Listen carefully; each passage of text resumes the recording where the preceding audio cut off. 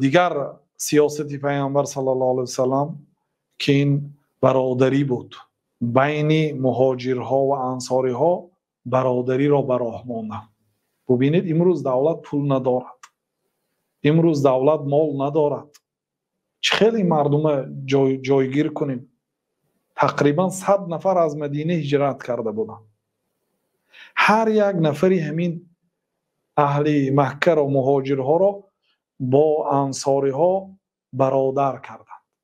اخ النبی صلی الله علیه وسلم، پیامبر صلی الله علیه وسلم بین یک مسلمان مدینگی و یک مسلمان مهاجری مکگی رو به همدیگر برادر کردند. برادر به این معنی که به برادری مثل برادری که از یک پدر و مادر به دنیا آمده است، ولی این برادر برادری دینی است، این برادر برادری عقیدوی هست.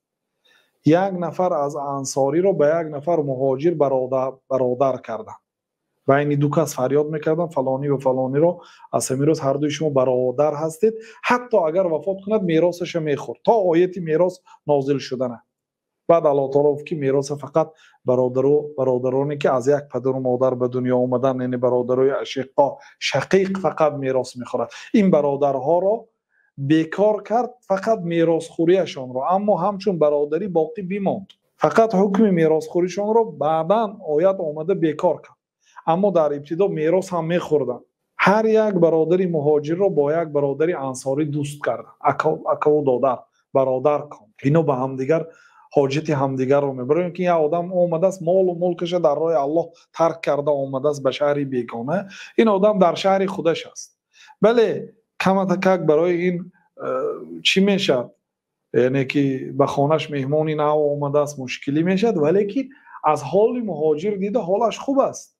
بنابراین بسیار انصاری ها در این باره مهارت و قهرمانی بزرگ نشان دادند که حتی الله تعالی ثنا گفت و ینصرون الله و رسوله، آنها به الله و به رسولش یاری دادند.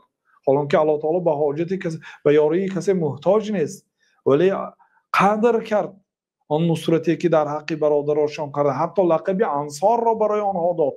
والمهاجرین والانصار، در قرآن آنها را مهاجر و انصار گفته نامگذاری کرد. الله تعالی از آنها راضی شد، آنها را به جنت وعده کرد به سبب این عملهایشان و تعریف کرد یؤثرون علی انفسهم ولو کان بهم خصاصه. مالهای خود را برای خودشان اگرچه دوست می داشتن، اگرچه حاجت داشتن، برای برادرشان اولا می دانستن. میگن که تو به این مال از من دیده سزاوارتر هستی. میگفتن سعد ابن ربیع با عبدالرحمن ابن عوف برادر بودن، گفتن که بیا از همه همسرانم یگانتش رو اختیار کن، طلاق میدیم، حلال که شد بگیر خانه‌دار شو و زمینم رو باغم رو به دو تقسیم میکنم، حاصلش رو نصفش رو تو میگیری نصفش رو من، خانه ام رو از میانش تقسیم میکنم، در نصفش تو زندگی میکنی در نصفش من. حضرت عبدالرحمن ابن عوف گفتن که بارک الله فی اهلک و مالک، الله تعالی به اهلت و مالت برکت دهد. دلنی علی السوق، برای من راهی بازار رو نشان ده. راهی بازار رو نشان داد، به بازار رفته از صفر شروع کردن، به نسیه مال گرفتن و این طرف آورده فروختن و بیگاهی الکی کمی پول کار کرده. دیری نگذشته از او بوی عطر خوش قیمت می آمد، بوی عطر خوشبوی می آمد. پیامبر صلی الله علیه و آله مهم چی گپ است؟ گفتن که تزوجت امرأة من الانصار، یا رسول الله از انصاری های زن گرفتم. یعنی این گفته بود که من یکی از زنها، اونها سرزنه بودن مردمی پیش از آمدن اسلام، یکی از زنهایم خوش کن طلاق میدهم بگیر زندگی کن. گفتن که نه، الله به زن و فرزندات برکت دهد، خودشان مهنت کرده زن گرفتن. گفتن که و ماذا اصدقته، و صداقش به مهرش چی دادی؟ گفتن که قدر نوات من ذهب، قدری دانه که خرما طلا دادم، یعنی تقریبا 3 4 5 گرم طلا دادم. آدمی که از صفر شروع کرد و در آخر حیاتش پولش من یک جمعه گردانده بودم به دلار، از میلیارد زیاد بود پول عبدالرحمن ابن عوف. بسیار صحابی پولدار بود، از صفر شروع کرد. بله در مکه تاجر بود، پولدار بود، در مدینه از صفر شروع کرد، باز به این مرتبه بلند رسید. خلاصه مهاجرها هم یعنی به قول بعضی مردم کفن که بی پول شد مردگیر نگفتن، مرده خود را به بالای انصاری ها نپرتافتند. لیکن انصاری ها هم هر چیزی که داشتن برای مهاجران دریغ نداشت. یعنی با این یک عمل پیامبر صلی الله علیه و سلم باری اول یعنی که مردم رو به سامان رساندن، مشکلاتشون رو. کسانی که همسر نداشت، خانه نداشت، در مسجد جای کردن.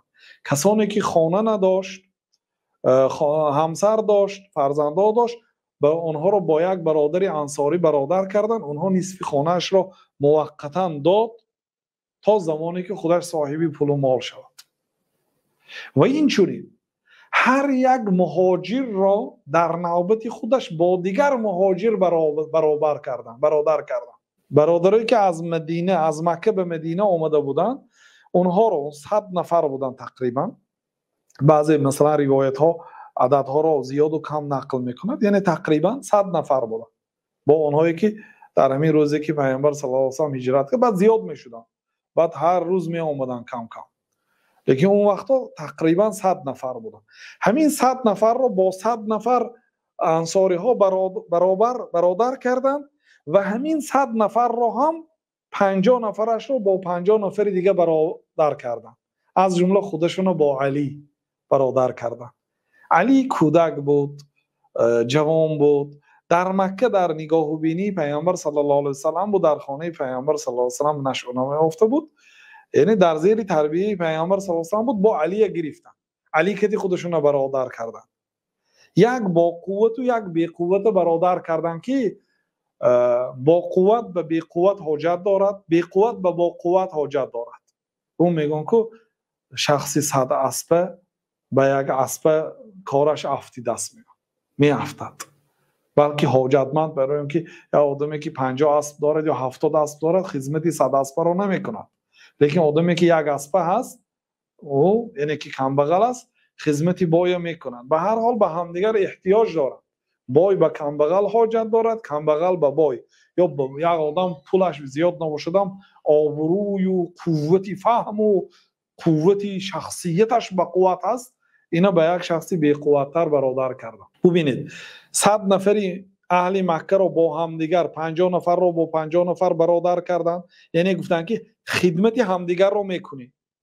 و همین 100 نفر رو با 100 نفر از انصاری ها برادر کردن که این اولین دو سیاستی که پیغمبر صلی الله علیه و سلم در روزهای اولشان در مدینه اینه به راه ماند.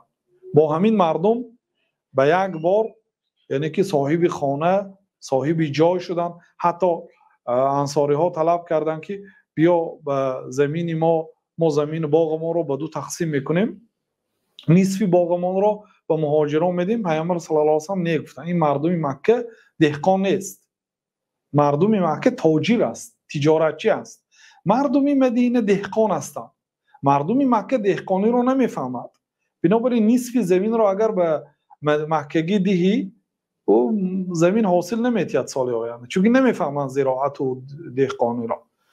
برای این همچون یاردمچی کار فرمافتن و حاصل تقسیم کن، باغ تقسیم نکن. افتن بگذار راهبر تو باشی در باغت، برادری مهاجر کار فرما، حاصلش به دو تقسیم کن. افتن این بود یعنی سیاست هایی که در اول اسلام، در ابتدای اسلام که اسلام نه پول داشت نه مال داشت، اولین دولت اسلامی با چنین سیاست مردم را یعنی که خانه بدر کرد و به حاجت مردم همیشه پیامبر صلی الله علیه و سلم ایستاده بود. هیچ محل پیامبر صلی الله علیه و سلم سه و یک صحابه گرسنه خواب نمیکرد. وقتی که طعام می آمد اول به اهل صفه میفرستاند و مهاجرای کم بغلی که در مسجد خواب کرده بودند. و این تاریخ اگر گیرید با دقت با تحلیل خوانید، واقعا بیهوده این دین مقدس اسلام تا امروز و تا قیامت پابرجا نیست. ببینید زمانی کمونیستی 70 سال وایمه کرد، تمام عالم را قریب خریطه سرخ گرفته بود. دیری نگذشته امروز در اخلاق جایهای تاریخ ذکر میشه، نیست و نابود شد، محو شد، سرنگون کرد الله تعالی. همین گونه دیگر حزب و حرکت های باطل، هر یک حکومت هایی که مخالف شریعت از اینا همه مزمحل و نیست و نابود میشه. و انشالله آیدی دیگر مسئله ها و سیاست ها در صحبت های آینده انشالله روشنی می اندازیم. الله تعالی علم.